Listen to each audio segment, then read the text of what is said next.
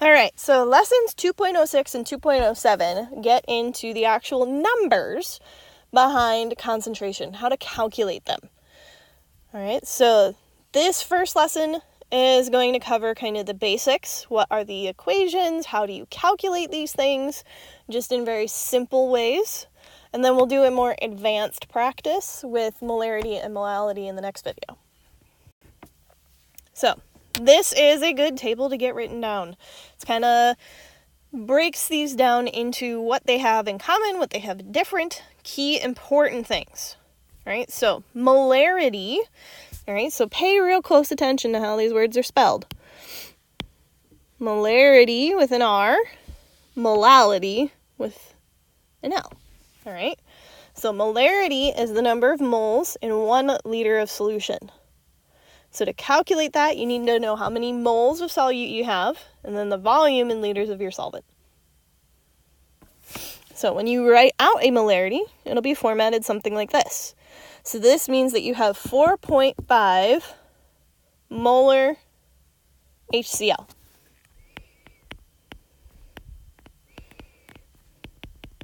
All right, or it means you have 4.5 moles of HCl per liter of water.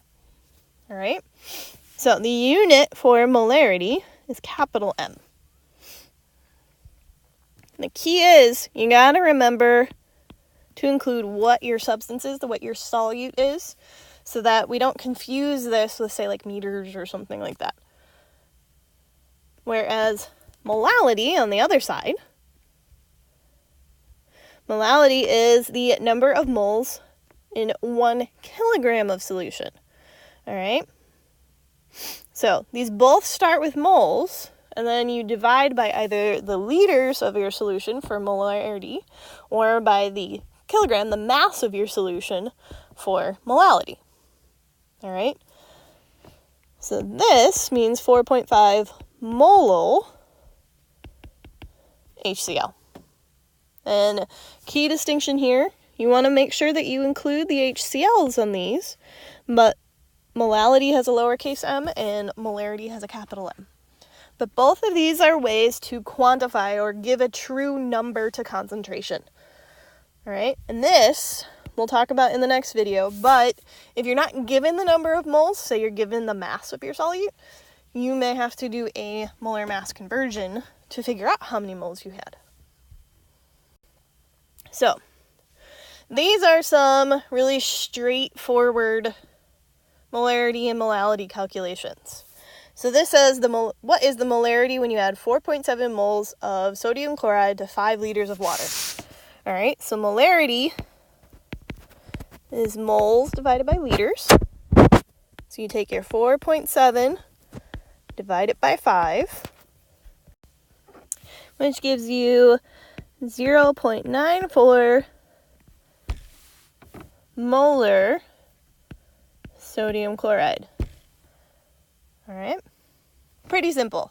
If you know your moles and you know your volume, all you got to do is take moles, divide by volume. This next one is, what is the molality of 2.5 kilograms of water that contains 3.4 moles of KOH? So, molality is your moles divided by your kilograms, or your mass of water. So in this case, it's going to be 3.04.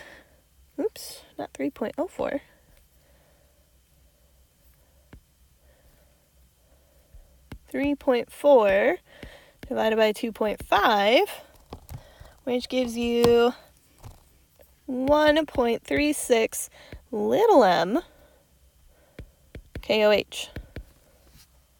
All right, just remember to include what substance you're actually dissolving, your solute, in that unit. Just especially with this lowercase m, you're going to throw people off and make it thinking that you're saying meters, which would be weird. All right, so include these chemical names on there because that's another clear indication that we're talking concentration instead of like distance. Because distance would make sense in this case. Another couple of concentration type calculations are things called mole fraction and mass percent. You won't see these very often, but I do know you see a question or two when it comes to quizzes or the unit test. So just wanted to show you how to calculate this.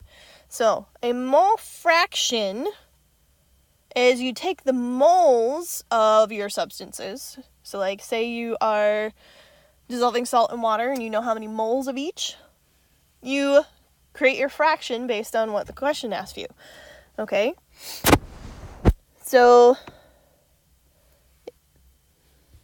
as an example, you have 2 moles of salt dissolved in 40 moles of water. The mole fraction of salt is 2 over 42, or you can simplify that as 1 over 21. Now let's talk about where these numbers came from. All right, I want to know the mole fraction of salt, so that means that my 2 moles of salt goes on top. Below it is going to be your total moles. So in this case, that's where the 42 comes. That's 2 plus 40. All right. So thinking in terms of this, what would the mole fraction of the water be? How would that change? All right, what goes on top is going to be your moles of water, and then you're going to have your total on the bottom there.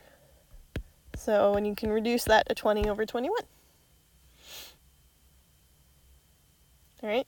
Again, not something that gets used a whole lot, but definitely something you want to be familiar with in terms of a multiple choice question. You may see something like this that you have to set up.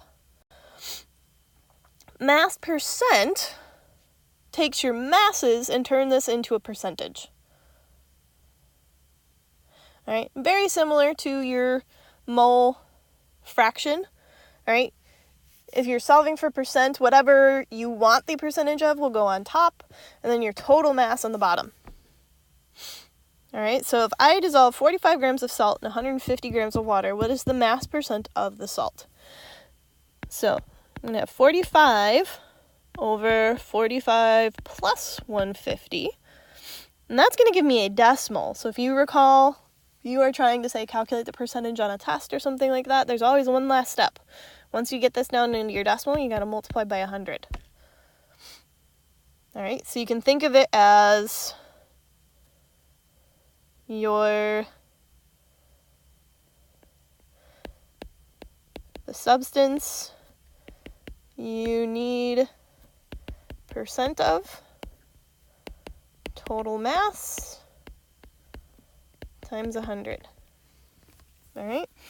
So 45 divided by 195 times 100 is 23.08%.